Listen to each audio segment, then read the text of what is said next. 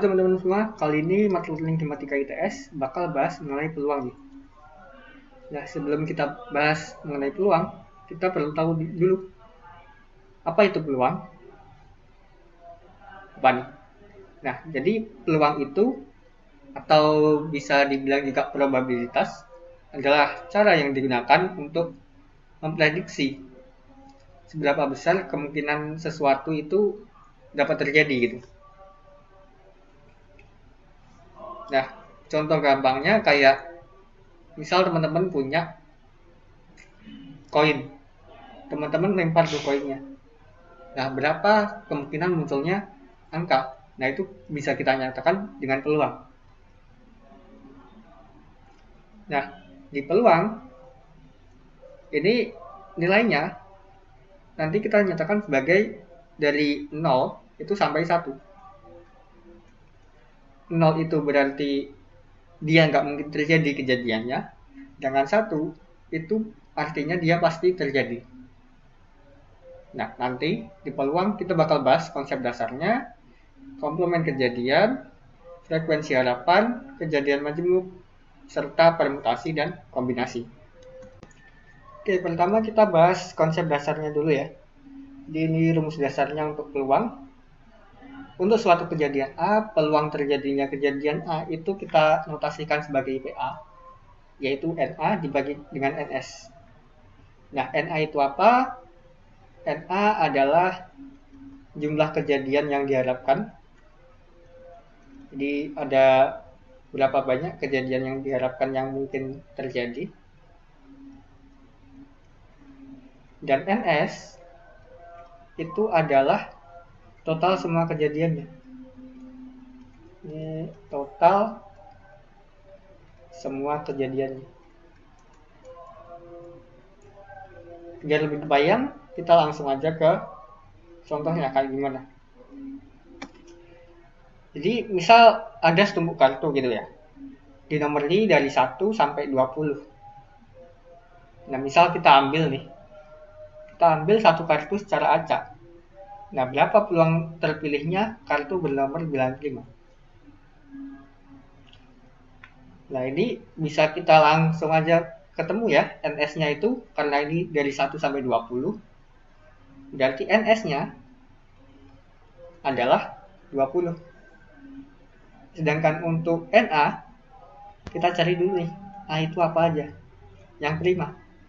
Yang prima itu dari 1 sampai 20 ada 2, 3, ada 5, kemudian ada 7, ada 11, 13, 15 enggak, 16 enggak, 17, dan 19. Di sini ada berapa nih? 1, 2, 3, 4, 5, 6, 7, 8. Berarti NA itu adalah 8. Nah, akibatnya apa? Akibatnya peluang A-nya itu, peluang kejadian terpilihnya kartu bernomor 95 itu 8 dibagi dengan 20. Ini bisa kita sederhanakan berarti dibagi 2, 4 per 10 atau 0,4 ya.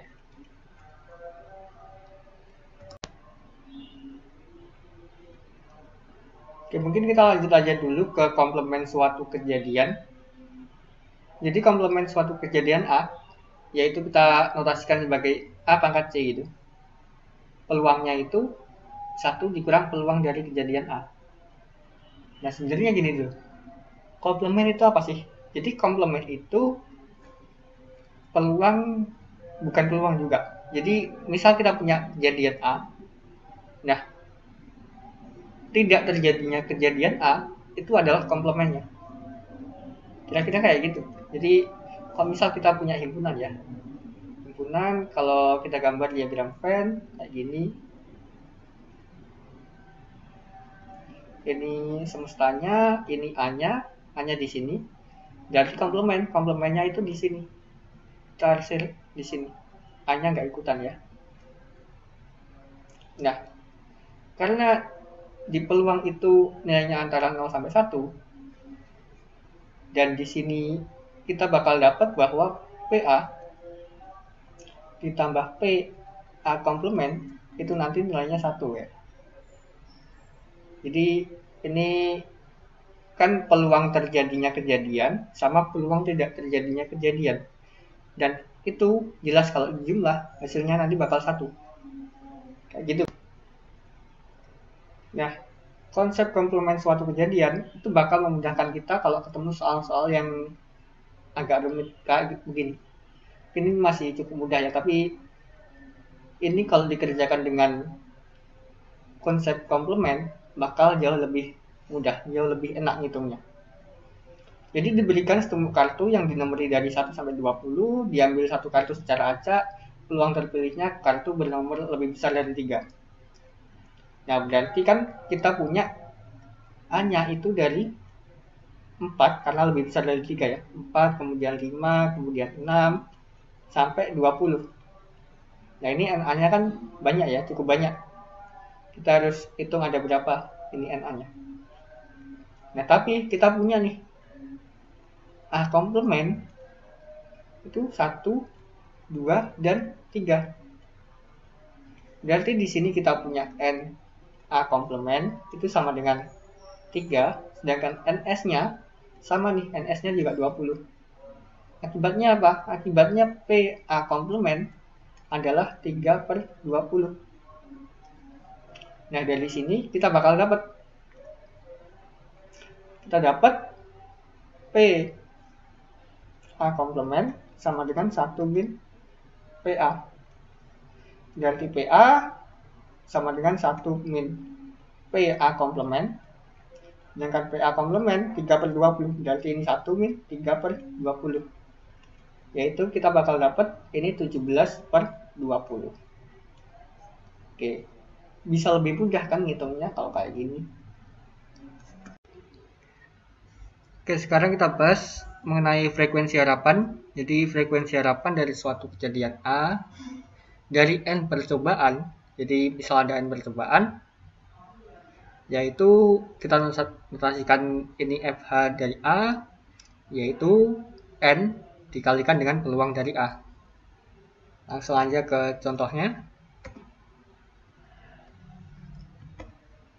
Nah, berapa frekuensi harapan munculnya matahari bernomor genap dari 50 kali percobaan? Nah, kita hitung dulu peluang A-nya. Jadi kita punya A-nya karena matahari bernomor genap ya, berarti 2, kemudian 4, kemudian 6. Berarti NA sama dengan 3. Sedangkan NS yaitu 1 sampai 6, ada 6. Berarti PA yaitu NA per NS adalah 3/6 atau setengah. Maka frekuensi harapannya kita peroleh adalah 50 dikalikan setengah, yaitu 25. Oke, lanjut kita bahas mengenai peluang kejadian majemuk. Yang pertama mengenai gabungan dua kejadian. Jadi untuk sebarang kejadian, dua kejadian, gabungannya, peluang gabungannya yaitu PA tambah PB dikurang PA irisan B. Jadi misal kita bikin diagram Venn-nya kira-kira kayak gini. Ini yang A, kemudian ini yang B, ini S-nya. Nah, untuk sebarang kejadian biasanya bentuknya kayak gini, entah irisannya kosong atau enggak. Nah, kalau irisannya kosong, itu berarti kejadiannya saling lepas. Karena irisannya kosong, kan PA irisan B kan 0 ya. Makanya peluang kejadian saling lepas di sini PA gabungan B yaitu peluang A tambah peluang B aja. Jadi kalau kejadian saling lepas, diagram Venn-nya kayak gini. Jadi nggak ada irisannya. Nah, sekarang untuk peluang kejadian saling bebas, yaitu peluang terjadinya A irisan B, yaitu PA dikalikan dengan PB. Nah, peluang kejadian saling bebas ini artinya kejadian satu itu tidak mempengaruhi terjadinya kejadian yang lain. Jadi mungkin aku nggak gambar ya diagram Venn-nya. Jadi kayak gitu. untuk peluang kejadian majemuk ya, peluang kejadian majemuk. Nah, contoh soal nih, 2 buah dadu dilempar secara bersamaan 1 kali. Nah, kita perlu hitung berapa peluang munculnya angka 1 pada dadu pertama dan angka 6 pada dadu kedua. Nah, misal kita punya A itu munculnya angka 1 pada dadu pertama.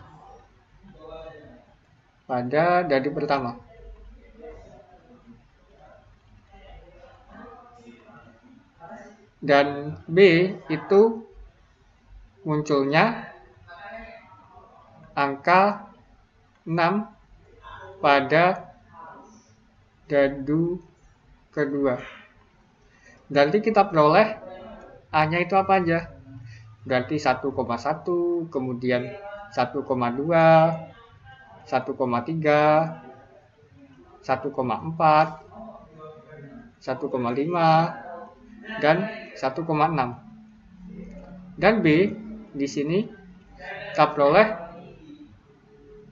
dari 1,6, kemudian ada 2,6, kemudian 3,6, kemudian ada 4,6, kemudian 5,6, kemudian 6,6. Kita cek dulu nih, apakah ada irisannya antara A dan B?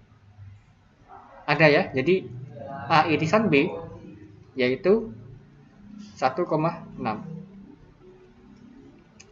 Berarti kita dapat di sini NA yaitu adalah 6, ini ada 6 ya, NB juga ada 6, dan NA irisan B ada 1. Sedangkan NS-nya berapa? NS-nya adalah 6, kita kalikan dengan 6, yaitu 36. Nah, kita hitung peluangnya pakai peluang gabungan dua kejadian ya. Jadi PA gabungan B, karena sorry, ini harusnya yang aku maksudkan atau ya. Jadi atau.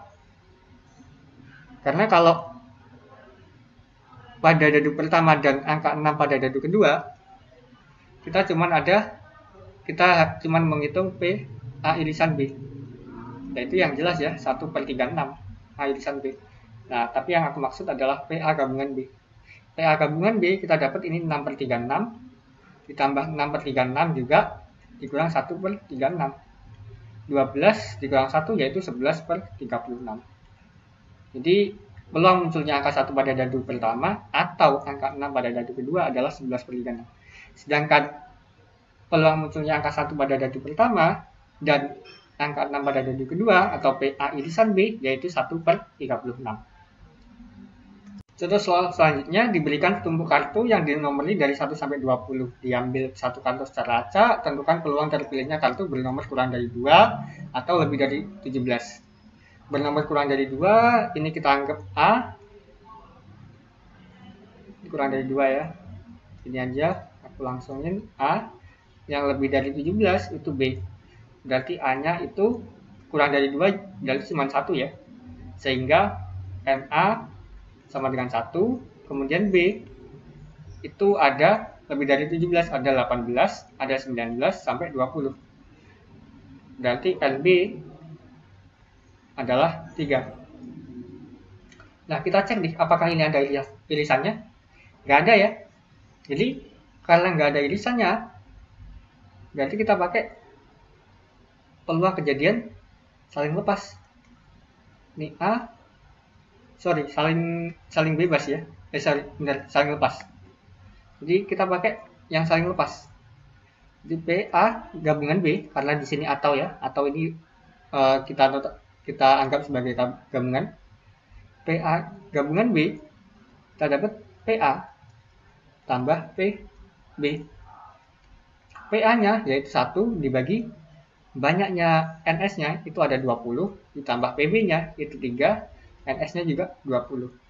Berarti 4/20 atau 2/10 sama dengan 0,2. Oke, begini ya. Contoh soal selanjutnya mungkin teman-teman bisa kerjakan dulu ya. Jadi peluang Ari lulus ujian matematika adalah 0,7, sedangkan peluang Ira lulus ujian matematika adalah 0,6, dan tentukan peluang Ari lulus dan Ira tidak lulus ujian matematika. Teman-teman bisa pause dulu, kerjain dulu lah ya. Ini dapatnya berapa? Oke. Jadi kita interpretasiin dulu. Misal peluang Ari lulus itu adalah PA, yaitu 0,7, dan peluang Ira lulus itu PB sama dengan 0,6. Nah, yang kita cari apa nih? Yang kita cari adalah Ari lulus, yaitu A, dan berarti irisan. Ira tidak lulus, berarti B komplement. Nah, dua kejadian ini itu saling bebas. Jadi satu kejadian itu nggak mempengaruhi kejadian yang lain. Artinya di sini PA dikali PB komplement. PA-nya itu 0,7, PB komplement, kita ingat kembali, komplement suatu kejadian berarti 1 dikurang PB. Berarti 0,7 dikali 1 dikurang 0,6. 0,7 dikali 0,4 yaitu 0,28. Jadi peluang Ari lulus dan Ira tidak lulus adalah 0,28. Begitu.